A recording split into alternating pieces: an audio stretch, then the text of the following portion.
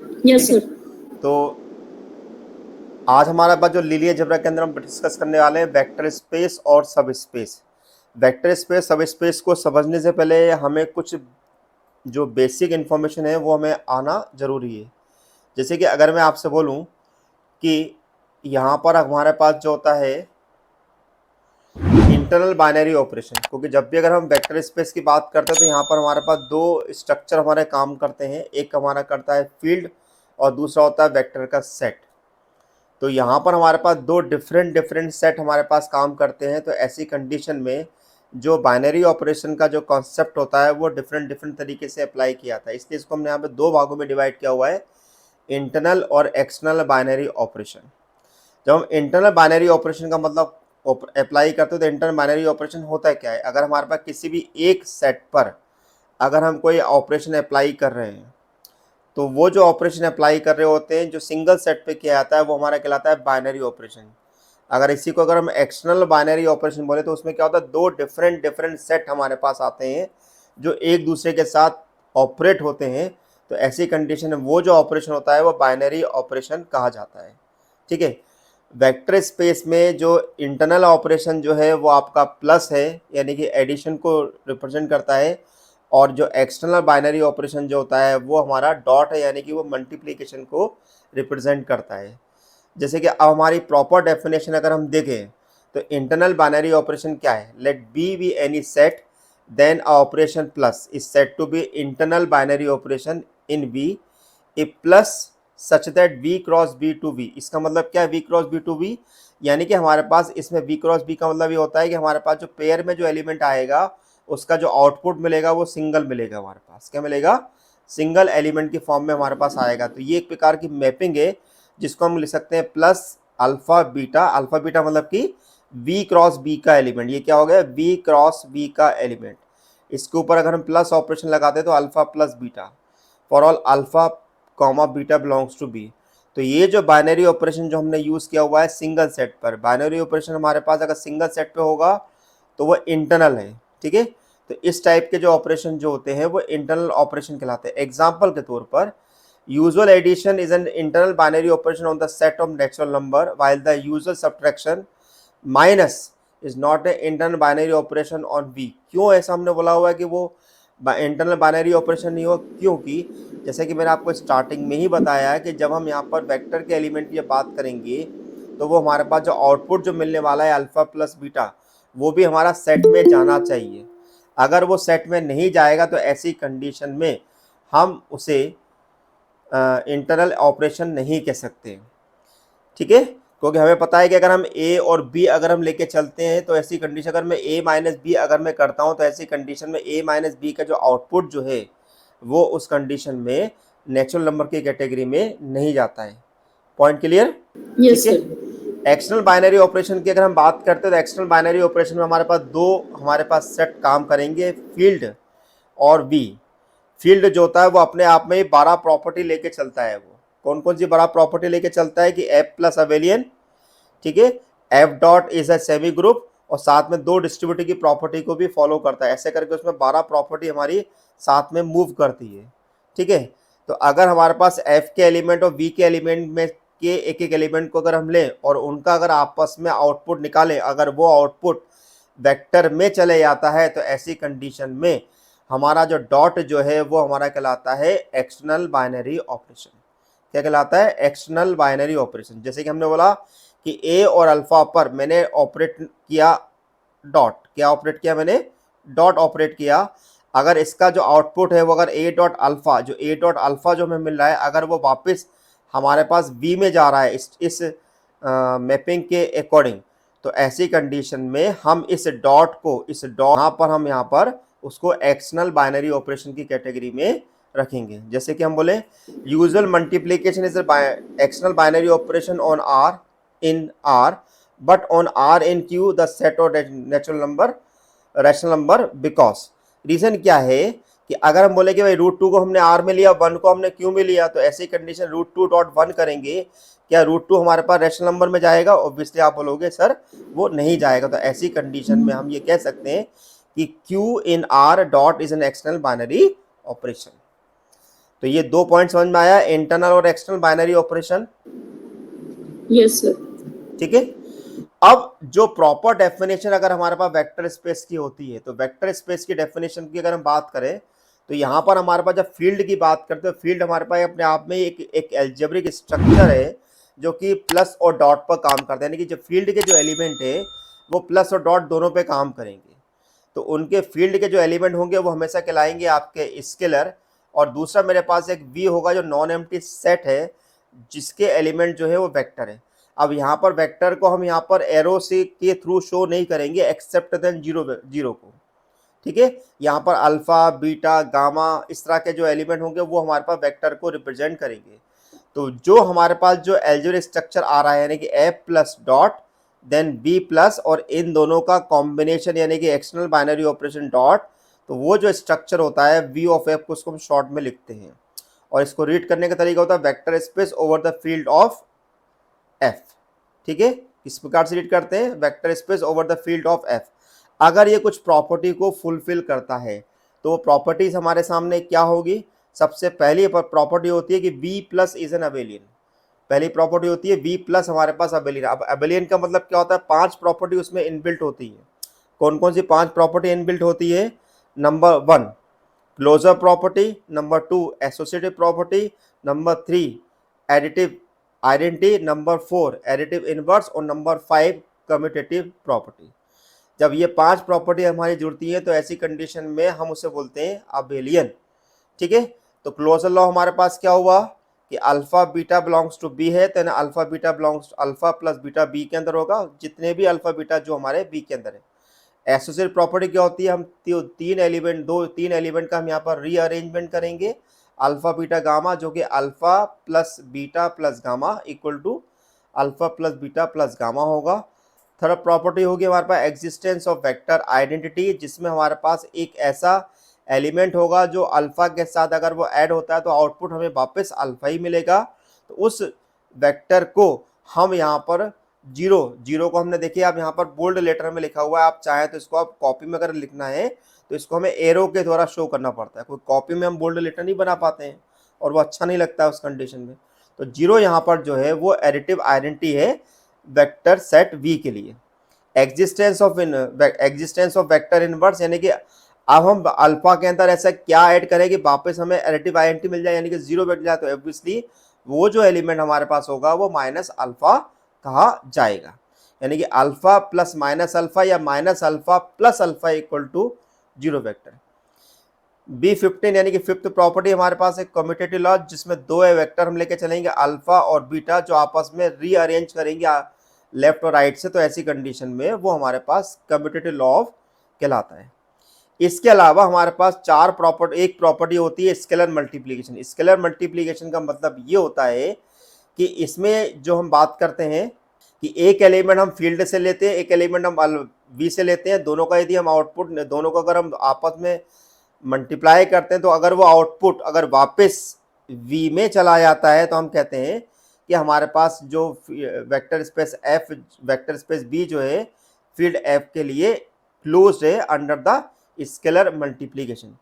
इसके अलावा मेरे पास 4 प्रॉपर्टी और होती है। 4 प्रॉपर्टी हमारे पास क्या है। Number 1, if a belongs to F then alpha beta belongs to b then a dot alpha plus beta equal to a alpha plus a beta. Then हमारे पास a b belongs to F alpha belongs to b then a plus b dot alpha equal to a alpha plus b alpha. A b belongs to F alpha belongs to b then a b dot alpha equal to a dot B dot alpha. और 1 belongs to F alpha belongs to B then 1 dot alpha equal to alpha where 1 is called the unit element of field F। अब आप मुझे बता सकते हो कि इन चारों का यहाँ पर हमने नाम क्यों नहीं दिया हुआ है।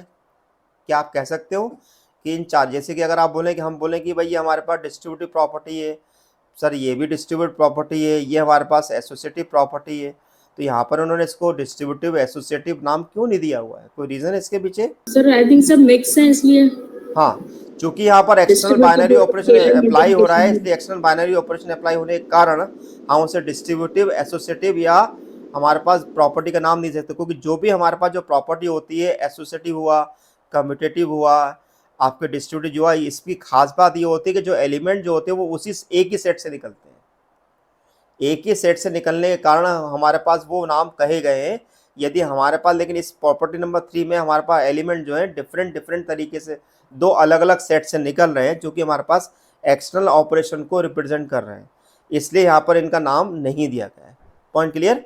तो अगर हमारे पास ये स्ट्रक्चर ए प्लस डॉट और बी प्लस डॉट पर अगर हमारे पास काम करता है, अगर ये 10 प्रॉपर्टी फुलफिल होती है, तो ऐसी कंडीशन में उसे वेक्टर स्पेस कहा जाता है। अब हमारे सामने एक एग्जांपल है कि R of C is not a vector space while C of R is a vector space. क्यों आर ऑफ सी को हम वेक्टर स्पेस नहीं कहते हैं जबकि सी ऑफ आर एक वेक्टर स्पेस है? रीजन बता सकते हैं? Sir, R means rational number.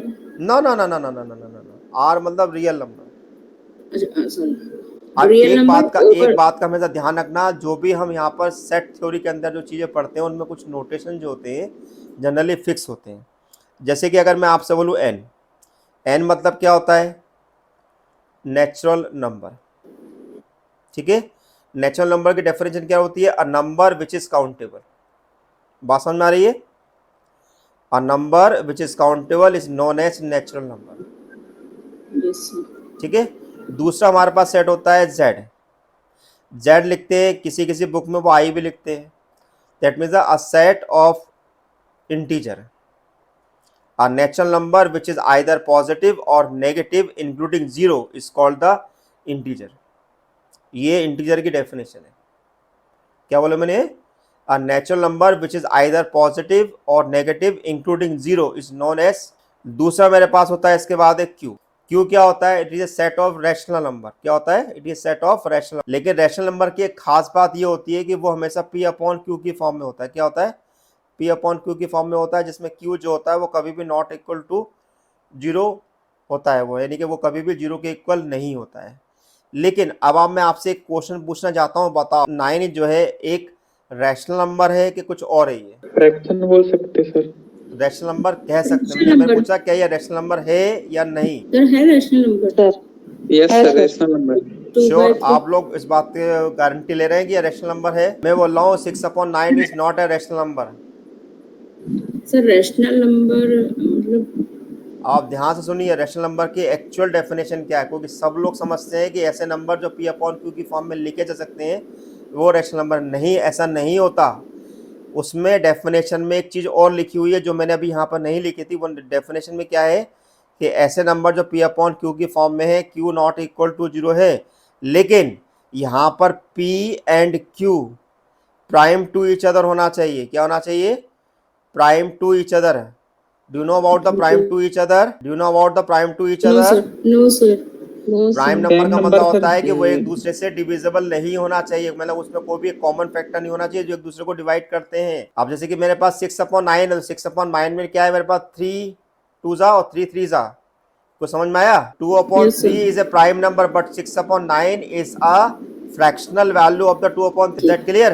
Yes, sir. अब आपको कई लोग ऐसे मिल जाएंगे, कई टीचर आपको बोलेंगे नहीं 6/9 अपना एक रैशनल नंबर था। ये आइए इसकी एक सपोर्ट में आपको एग्जांपल देता हूँ। अगर आपको याद होगा कि जो 6 और 7 क्लास के अंदर 8 क्लास के अंदर क्वेश्चन पूछा जाता है कि भाई प्रूव दैट, या आपने बीएससी में भी किया था, प्रूव दैट कि √2 is not a rational number. याद है? Yes, sir. तो वहां पर हम क्या करते थे कि उस √2 को हम कितने के बराबर लेते थे? नहीं, √2 हमारा पास एक रैशनल नंबर है तो वो पी अपॉन क्यू के बराबर है। याद है?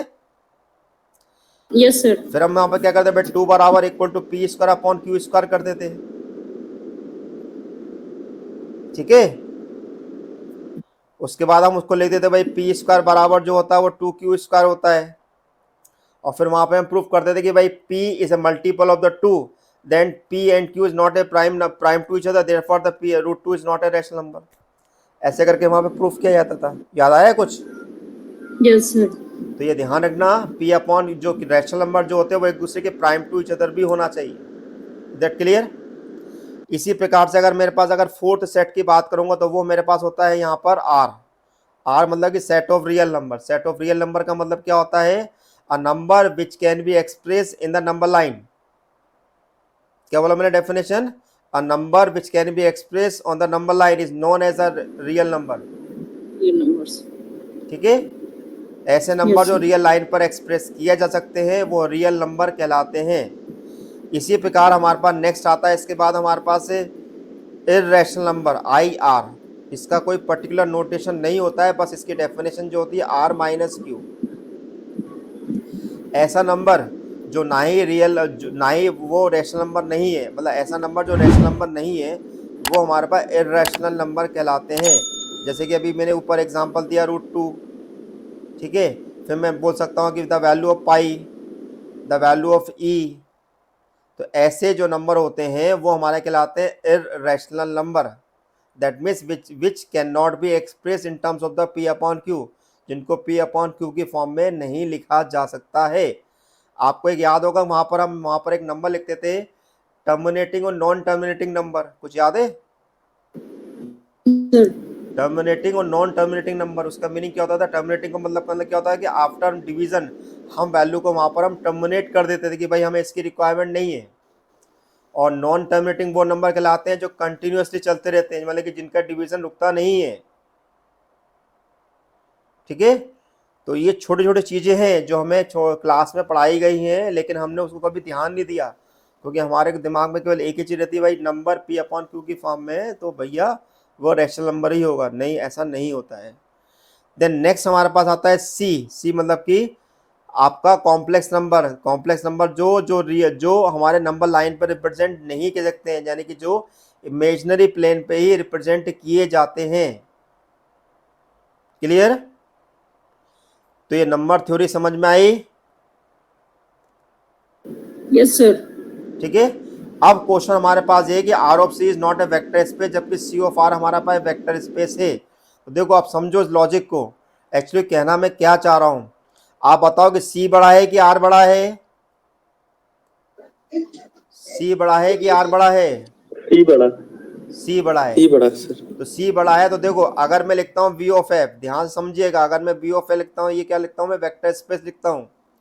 तो यहाँ पर हमारे पास जो होता है, जब ए डॉट अल्फा जब हम यहाँ पर ऑपरेट करते हैं तो कहाँ पर आता है वो एलिमेंट? बी में आता है, सही है? हाँ है ना? Yes sir. इसी Yes, प्रकार sir. अगर मैं सी ऑफ आर Yes, sir. लिखूंगा तो सी ऑफ आर लिखूंगा तो ऐसी कंडीशन में एलिमेंट कहाँ पर आएगा? ए डॉट अल्फा, वो सी में आना चाहिए। अगर सी। मैं एक रियल नंबर को और एक कॉम्प्लेक्स नंबर का मल्टीप्लाई करूंगा तो कहाँ पर आएगा? हमेशा कॉम्प्लेक्स नंबर में ही आएगा, सही है? लेकिन यस सर। अगर मैं आर ऑफ सी Yes. की अगर मैं बात करूं तो आर ऑफ सी के साथ ऐसा नहीं होगा, क्योंकि अगर मैं एक एलिमेंट लेता हूं अपने पास ए और दूसरा लेता हूं मैं अल्फा, क्या ये मेरे पास एलिमेंट आर में जाएगा? ऑब्वियसली नहीं जाएगा। ओके, इसलिए हमारे पास सी ऑफ आर एक वेक्टर स्पेस है, जबकि आर ऑफ सी हमारा एक वेक्टर स्पेस नहीं है। Is that clear? √2 belongs Yes. to देखो R and sir, I belongs to C, then √2I vector does का not जो belongs सेट है to वो R। फील्ड से, हाँ, क्या बोले बेटा? वेक्टर का सेट बड़ा होना चाहिए सर। हाँ, वेक्टर का जो सेट है वो बड़ा होना चाहिए फील्ड से। ऑब्वियसली बड़ा नहीं होना चाहिए, मैंने ऐसा नहीं कहा, मैंने बोला कि जो आउटपुट जो आएगा वो वेक्टर में जाना चाहिए। अभी जो आप ओके नंबर सर। सिस्टम के अकॉर्डिंग देख रहे हैं तो उसके अकॉर्डिंग, हाँ उसके अकॉर्डिंग हमारे पास बड़ा सेट होना चाहिए, नंबर सिस्टम के अकॉर्डिंग, ठीक है? यस कि no? Yes sir. Clear. Next, R of Q is a vector space while Q of R is not a vector space. Same property. R of Q बड़ा है कि Q of R बड़ा है? मतलब R of Q के अंदर कौन बड़ा है? R of Q में सर आर रियल नंबर, क्योंकि उसमें क्यू के भी सारे एलिमेंट जाएंगे। सारे एलिमेंट आएंगे, इसलिए R of Q हमारे पास एक वेक्टर स्पेस है, जबकि Q of R मेरे पास एक वेक्टर स्पेस नहीं है। तो √2 belongs to R, then 2/3 belongs to R। दोनों का अगर मैं मल्टीप्लाई करूंगा तो 2√2/3 R में होगा, लेकिन ये Q में नहीं होगा, इसलिए R of Q हमारा एक वेक्टर स्पेस है, जबकि Q of R हमारा एक वेक्टर स्पेस नहीं है। क्लियर? इसी प्रकार Q of I और I of Q, Q of I और I of Q। नीलकंठी जी एक बात बताइए बेटा, लेट क्यों ज्वाइन कर? तो 10 बजे भी अपन लेट ज्वाइन कर पा रहे हैं, ठीक है? Q of I and I of Q both are not a vector space because I is not a field। क्यों नहीं I फील्ड क्यों नहीं है? क्योंकि I प्लस हमारे पास अबेलियन होता है, लेकिन I डॉट मेरे पास अबेलियन नहीं होता है। बात समझ में आ रही है? I प्लस को मैं अबेलियन Yes, बोल sir. सकता हूं, लेकिन I ऑफ I डॉट को मैं अबेलियन नहीं कह सकता हूं, क्योंकि उसमें इनवर्स एलिमेंट एग्जिस्ट नहीं करता है। तो 3 Yes, एग्जाम्पल sir. समझ में आ गई है? Yes, sir. ठीक है। जी सर. अब हमारे पास कुछ जनरल प्रॉपर्टीज होती है वेक्टर स्पेस की। तो जनरल प्रॉपर्टीज हमारे पास वेक्टर स्पेस की क्या है, नॉर्मल प्रॉपर्टी है, लेकिन थोड़ा सा हमें यह ध्यान रखना पड़ता है वेक्टर स्पेस की कैटेगरी के अंदर। पहले अगर हम ए डॉट जीरो वेक्टर करेंगे तो हमें जीरो वेक्टर मिलेगा, जीरो नहीं मिलेगा, क्या मिलेगा, जीरो वेक्टर मिलेगा। एक सिंपल सा लॉजिक रखिए कि किसी भी स्केलर को अगर मैं वेक्टर से मल्टीप्लाई करूंगा तो आउटपुट हमेशा मुझे वेक्टर ही मिलेगा। क्या मिलेगा मुझे, आउटपुट हमेशा एक वेक्टर स्पेस ही मिलेगा, वेक्टर ही मिलेगा, कभी भी वो स्केलर नहीं मिल सकता है। नंबर 2, अगर जीरो को मैंने अल्फा से मल्टीप्लाई करेंगे तो आउटपुट अभी भी आपका जीरो वेक्टर ही है। नंबर 3, अगर ए डॉट माइनस अल्फा करेंगे तो माइनस ऑफ ए अल्फा करेंगे तो दोनों ये वैल्यू आपस में इक्वल ही है।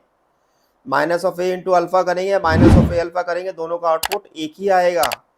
Then A of alpha minus beta, क्योंकि वेक्टर स्पेस के अंदर हमारे पास अल्फा प्लस बीटा के लिए प्रॉपर्टी है, अल्फा माइनस बीटा के लिए प्रॉपर्टी नहीं है। तो लेकिन हमारे पास इसको हम लिख सकते हैं ऐसा, क्योंकि alpha minus beta can be written as alpha plus और minus beta, alpha plus minus beta. कैसे बोल रहा हूं मैं यहाँ पर, कुछ इस प्रकार से, ए अल्फा प्लस माइनस बीटा। अगर मैं इसका आपस में मल्टीप्लाई करूंगा तो ये मेरे पास है, तो ए अल्फा प्लस ए माइनस बीटा। और अभी मैंने एक प्रॉपर्टी देखी, अगर ए माइनस बीटा लिखा हुआ तो ऐसी कंडीशन में इसे A alpha minus A beta लिखा जा सकता है ये। Okay. Number 6, A dot alpha equal to अगर जीरो वेक्टर है तो ऐसी कंडीशन में अगर हमें यहाँ पर ए मिलेगा तो वो स्केलर मिलेगा, लेकिन अल्फा मिलेगा तो वो वेक्टर मिलेगा हमें। A alpha equal to a beta है तो अल्फा इक्वल टू बीटा होगा whenever a is not equal to zero in F. तो ये कुछ हमारे पास 7 बेसिक प्रॉपर्टी हमारे पास होती हैं जो कि वेक्टर सब स्पेस के बारे में। वेक्टर सब स्पेस क्या है, इसमें हमसे बोला हुआ है कि हमारे पास V एक मेरे पास वेक्टर स्पेस है जो फील्ड एफ पे काम करता है, और W मेरे पास एक नॉन एम्प्टी सबसेट है V पर, तब W मेरे पास वेक्टर स्पेस कहलाता है V का।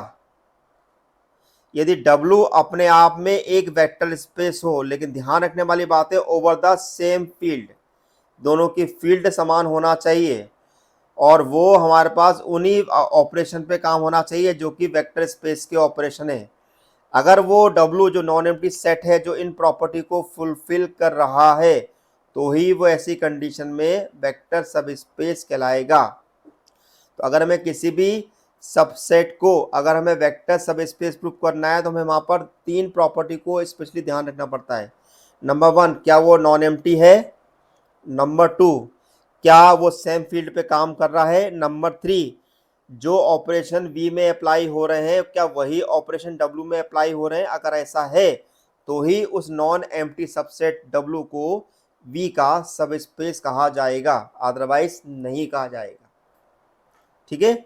एग्जाम्पल के तौर पर, let R be the set of all real number and Q is the set of all rational number, then R of Q is a vector space, जैसे कि अभी हमने पहले देखा, and Q is a subset of R, therefore R Q of Q is a vector subspace of R of Q। ठीक है, Q of Q जो है वेक्टर सबस्पेस है R of Q का, राइट। तो ये हमारा पहला एग्जांपल हो गया। इसी प्रकार अगर हम दूसरे एग्जांपल की बात करें कि C मेरे पास को भी एक कॉम्प्लेक्स नंबर का सेट है और R का मेरे पास को भी एक रियल नंबर का सेट है, तो C of R जो होगा वो एक वेक्टर स्पेस है, जैसे कि अभी हमने पीछे पढ़ा, और R जो है C का सबसेट है, तो R ऑफ R एक मेरे पास वेक्टर सबस्पेस होगा C ऑफ R का। ठीक है, तो ये 2 इंपॉर्टेंट एग्जांपल होते हैं जिसको हमें वेक्टर सबस्पेस को समझाने में हेल्प करते हैं। वेक्टर सबस्पेस समझ में आया, कोई डाउट इसमें? No sir. चलिए, अब हमारा नेक्स्ट है कुछ वेक्टर सबस्पेस की कुछ इंपॉर्टेंट थ्योरम होती हैं, हमें को उनको प्रूफ नहीं करना, बस हमें वो याद रखना है कि वेक्टर सबस्पेस की वो थ्योरम क्या क्या है। तो पहली थ्योरम हमारे पास होती है, a non empty subset W of a vector space V of F is a subspace if and only if W is close under vector addition scalar multiply. मतलब ये जो डेफिनेशन जो थ्योरम है वो एक्चुअली हमारी डेफिनेशन ही है। ये क्या है, वो हमारी एक डेफिनेशन ही है जो वेक्टर सबस्पेस की है। नंबर 2, अगर हमारे पास कोई भी एक नॉन एम्प्टी सबसेट है W का और V ऑफ F का, तो ऐसी कंडीशन में W को vector space V of F का सब स्पेस कहेंगे यदि वो दो प्रॉपर्टी को फुलफिल करता है, यदि अल्फा और बीटा अगर डब्ल्यू के अंदर है तो अल्फा माइनस बीटा भी डब्ल्यू के अंदर होना चाहिए और ए अल्फा भी डब्ल्यू के अंदर होना चाहिए। तो ये हमारे पास सेकेंड थ्योरम है। थर्ड थ्योरम हमारी ये होती है कि अगर हमारे पास कोई भी एक नॉन यूनिटी सबसेट डब्ल्यू है जो वेक्टर स्पेस कहलाएगा यदि और केवल यदि अगर a b belongs to F और alpha beta belongs to W, then a alpha plus b beta belongs to W होगा। जनरली ये थ्योरम नंबर 3 जो है, इस थ्योरम नंबर 3 की हेल्प से हम किसी भी नॉन एम्प्टी सबसेट को एक सब स्पेस बताने में हमें इससे हेल्प लेते हैं। तो ये थ्योरम नंबर 3 स्पेशली हमारी काम करती है। W of vector space V of a subspace if and only if a belongs to F, alpha beta belongs to W, then a alpha plus beta belongs to W. ठीक है, तो जितने भी हमारे पास थ्योरम है उन सभी theorem के अंदर खास बात यह है कि सारी के सारी थ्योरम जो है वो ए अल्फा प्लस बी बीटा से हम इजीली प्रूव कर सकते हैं। कैसे कर सकते हैं? जैसे कि मान लो अगर हम पहले थ्योरम को छोड़ दोगे तो डेफिनेशन, अगर दूसरी थ्योरम की बात करें अल्फा माइनस बीटा, तो अगर मैं ए की वैल्यू को 1 ले लूँ और बी की वैल्यू को -1 ले लूँ तो मेरे पास क्या हो जाएगा? अल्फा माइनस बीटा हो जाएगा। सही है। अगर हमें थ्योरम नंबर 5 प्रूव करनी तो हम क्या करेंगे? ए को एज रहने दो, बी की जगह ले लेते हैं 1, तो हमारे पास a alpha plus beta belongs to b आ जाएगा, डब्ल्यू आ जाएगा। समझ में आई बात? Yes sir. ठीक है। अब हमारे पास इसकी एक सब स्पेस की एक और हमारे पास है कि अगर W1 और W2 मेरे पास अगर सब स्पेस है वेक्टर स्पेस के, तो W1 इंटरसेक्शन W2 भी एक सब स्पेस होगा V ऑफ F का। लेकिन यूनियन ऐसा नहीं करता है, यूनियन हमारे पास ऐसा नहीं करता है। तो यूनियन ऑफ टू सब स्पेस ऑफ वेक्टर स्पेस सब space if and only if one is contain in the other. One is contain in the other का मतलब होता है कि हमारे पास W सबसेट होगा W2 का या W2 सबसेट होगा W1 का। तो इस थ्योरम को हम कुछ इस प्रकार भी कह सकते हैं कि if W1 and W2 are subspace of vector space V of F, then W1 union W2 is a subspace if and only if W1 subset of W2 या W2 सबसेट ऑफ W1। क्यों? एक simple सा logic समझिए। जैसे कि अगर मैं बोलता हूं, मान लो कि मैंने बोला कि W1 मेरा एक सब स्पेस है। क्या है? W1 मेरा एक सब स्पेस है। तो ऐसी कंडीशन में मैं कोई एक कंडीशन को लेके चलूंगा, आइदर दिस या दिस। मान लो मैंने इस कंडीशन को लेके चला, अगर मैंने बोला कि भाई W1 अगर सबसेट है W2 का, तो ऐसी कंडीशन में क्या मैं ऐसा लिख सकता हूं कि भाई W1 union W2 equal to W2 होगा? लिख सकता हूं क्या मैं ऐसा? यस कि नो? जी सर। क्योंकि अब मेरा W2 अगर मेरे पास एक सब स्पेस है तो ऑब्वियसली W1 यूनियन W2 भी मेरे पास एक सब स्पेस ही कहलाएगा। राइट। इसी पे का अगर मैं W2 अगर सबसेट लेता हूं W1 का, तो ऐसी कंडीशन में W2 union W1 equal to मेरे पास होगा W1 के अंदर, और W1 मेरे पास क्या सब स्पेस है, तो ये W2 यूनियन W1 भी एक सब स्पेस होगा। तो इसलिए हम यहाँ पर ये थ्योरम को लिखते हैं। लेकिन कई बार हमसे चीजें पूछी जाती हैं कि भाई बताइए, या आपके पास कोई ऐसा एग्जाम्पल है जिसमें हम ये बता दें कि W1 यूनिट W2 हमारे पास सब स्पेस नहीं होता है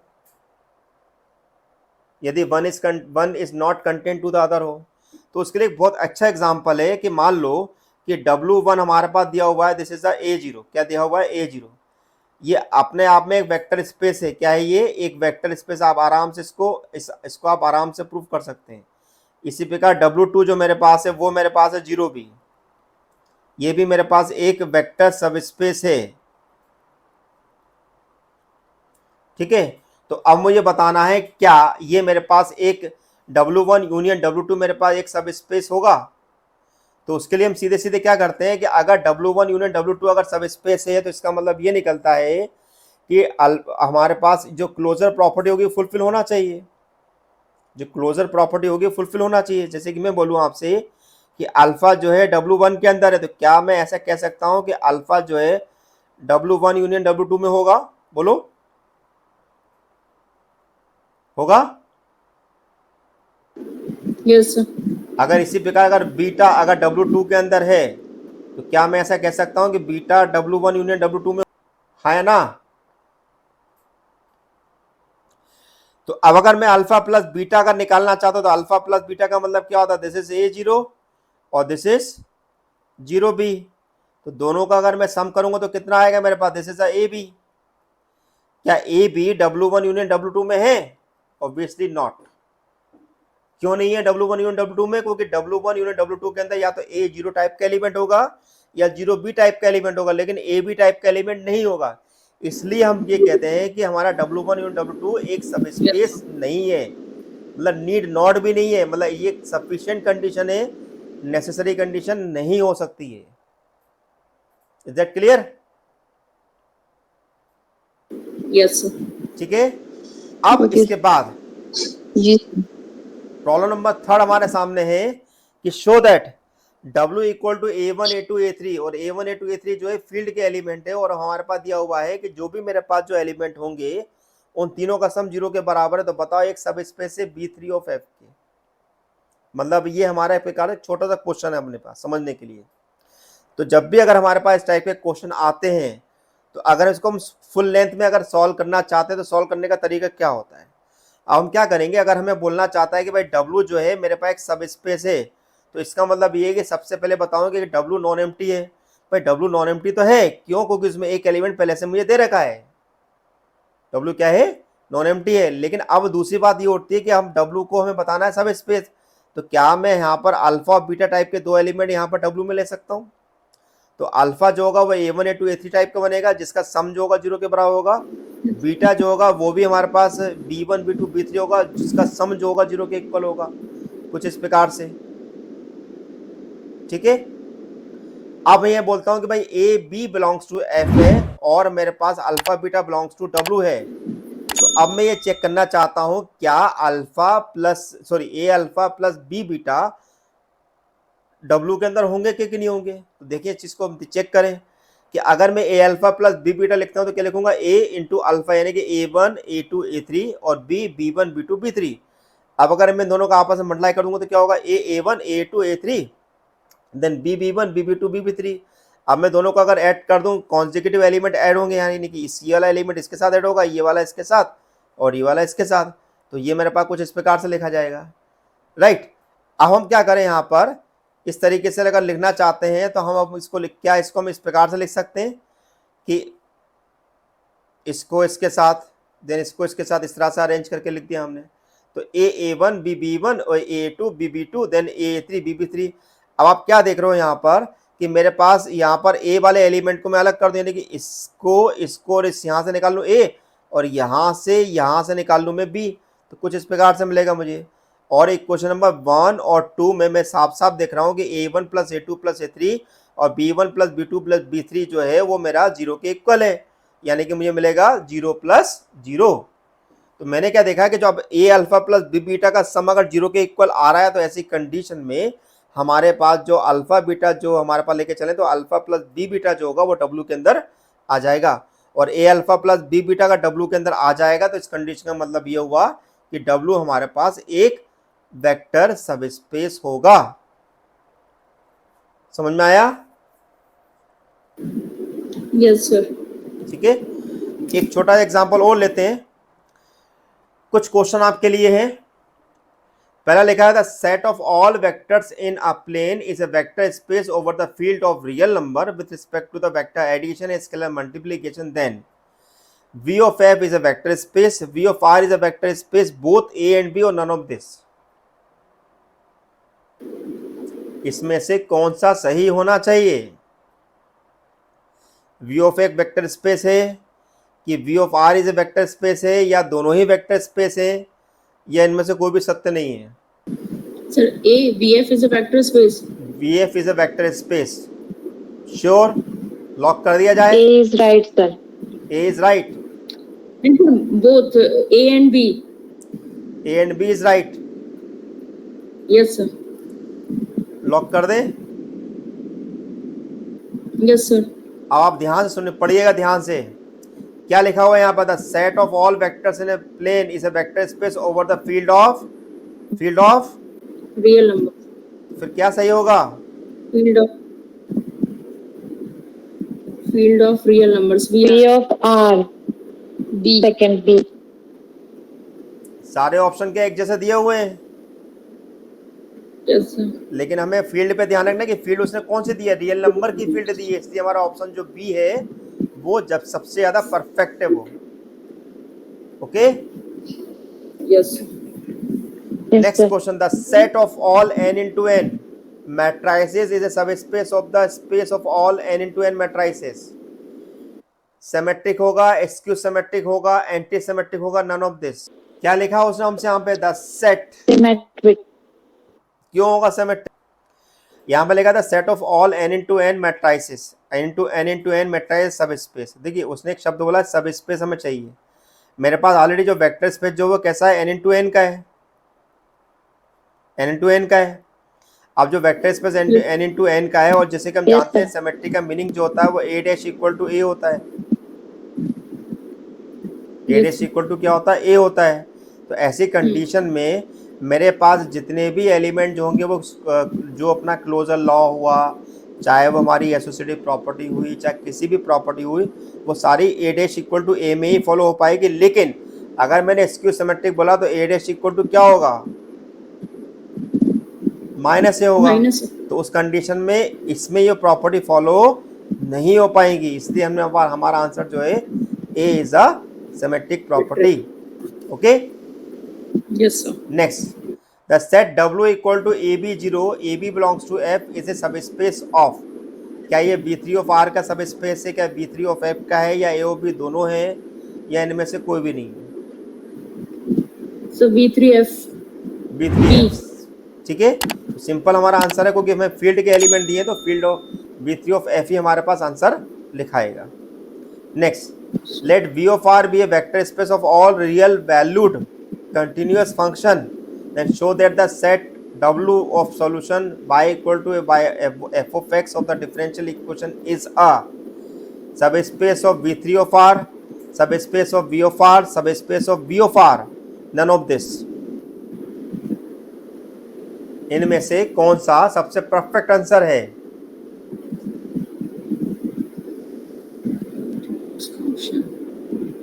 क्या B3 ऑफ R मेरे पास एक सबस्पेस होगा, सब B ऑफ F मेरे पास एक सबस्पेस होगा, या subspace of B of R होगा? कौन सा आंसर परफेक्ट होगा? Because vector space is all real valued continuous function. Particular values or real number because vector space not in the terms of the dimension. That's why sub V of R is the correct answer. That is the option number C is a perfect solution. ठीक है, पहले दो option जो है केवल आपको घुमाने के लिए दिए गए हैं, राइट? Yes sir. नेक्स्ट, अगर V equal to R square है और let W be the set of all ordered triplet x y z is such that x minus 3y plus 4z equal to 0, then W is a subspace of V of R, subspace of V2 of R is not a subspace of V2 of R। क्या वो subspace नहीं होगा? क्या वो subspace होगा? सब space of V2R मतलब sir check करना पड़ेगा बट मुझे लगता है तो वो बस चेक करेगा। करना पड़ेगा तभी तो आंसर दे पाएंगे। हमने पहले आंसर कैसे दे दिया? क्या आंसर उसी देना सेम है पड़ेगा। ना जो अभी आपने क्वेश्चन किया था ना इक्वल्स टू 0, हाँ, तो वो कुछ मुझे उसी टाइप का लग रहा है। अब यस सर। 7th क्वेश्चन हमारे सामने कि V अगर हमारे पास एक सेट है, इसको एक्चुअली आपको सॉल्व करना पड़ेगा, ये इतना छोटा क्वेश्चन नहीं है ये। Which is not a vector space over the field of real number. ठीक है, तो अब हमें यहाँ पर चेक करना पड़ेगा कि हमारे पास A वेक्टर स्पेस नहीं है, क्या B वेक्टर स्पेस नहीं है, क्या C वेक्टर स्पेस नहीं है, तीनों ही वेक्टर स्पेस नहीं है। तो ये आप आंसर निकाल के मुझे बताइएगा। ठीक है, यस सर। अब हमारे पास 8th है, the of any family of सब स्पेस और वेक्टर स्पेस इज ए सब स्पेस। यूनियन होगा, इंटरसेक्शन होगा, डिसजॉइंट होगा, नन ऑफ दिस होगा। Intersection. Intersection is the correct answer. 9th, the set B of all real valued continuous differentiable or integrable function of the variables x defined on the closed interval so and so is a vector space over the field of real number with respect to the vector addition and scalar multiplication defined is a vector space। अगर f plus G अगर हमारे पास तो f of x plus ji of X लिख सकते हैं, बिल्कुल लिख सकते हैं भाई। अगर ए एफ इंटू एक्स है तो ए इंटू एफ ऑफ एक्स लिखा जा सकता है। सी में लिखा है कि अगर एफ माइनस जी है तो क्या F of F of x plus ji of X लिख सकते हैं, तो शायद, ठीक है। और लास्ट में लिखा हुआ कि एफ प्लस जी और एफ, तो हमारे पास f of x plus ji of x और ए एफ ऑफ एक्स यानी कि a into f of x है। तो यहाँ पर हमारे पास ये, तो ये भी आंसर था, ये भी आंसर था। अब ये दोनों मिक्स कर दिए तो ये भी आंसर हो जाएगा, ठीक है।